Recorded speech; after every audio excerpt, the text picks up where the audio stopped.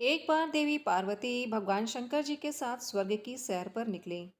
उन्होंने कुछ दूरी पर जाकर देखा कि एक व्यक्ति भूख से तड़प रहा है।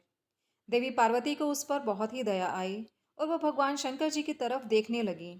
लेकिन शंकर जी ने उस व्यक्ति पर कोई ध्यान नहीं दिया और वह आगे बढ़ गए। तब देवी पार्वती को बड़ा आश्चर्य हुआ कि प्रभु उसे तड़पता हुआ देख करके भी आगे कैसे बढ़ गए, जबकि उन्हें तो करुणा का सागर कहा जाता है। इसलिए उन्होंने शंकर भगवान जी से प्रश्न किया कि प्रभु, आप उस आदमी को तड़पता हुआ देख करके भी उस पर ध्यान क्यों नहीं दे रहे हैं, जबकि वह लगातार आपको पुकार रहा है। आप उसकी मदद क्यों नहीं कर रहे?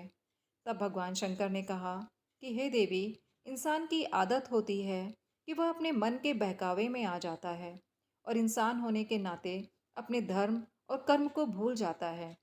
यह व्यक्ति इतना दुखी और परेशान अपने कर्मों के कारण है। मैंने इस व्यक्ति की कई बार परीक्षा ली, लेकिन हर बार यह उस परीक्षा में असफल रहा। कभी अपनी आदतों के कारण, कभी अपने कर्मों के कारण और कभी अपनी बुद्धि के कारण। मैं अब इसकी कोई मदद नहीं कर सकता, क्योंकि यह व्यक्ति अपने कर्मों का फल भोग रहा है।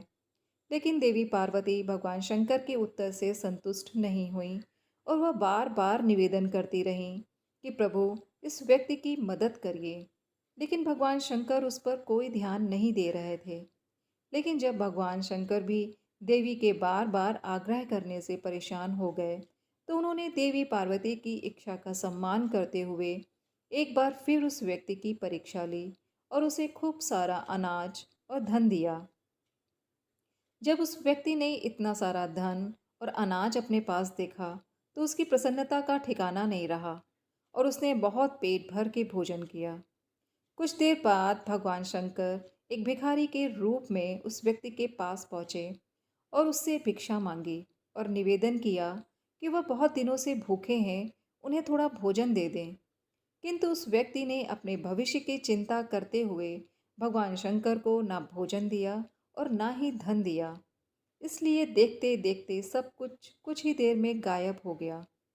तब भगवान शंकर पार्वती जी से बोले कि हे देवी, आपने देखा कि इस व्यक्ति को पता है कि भूख का दर्द क्या होता है, भूख में इंसान की मानसिक और शारीरिक स्थिति क्या होती है।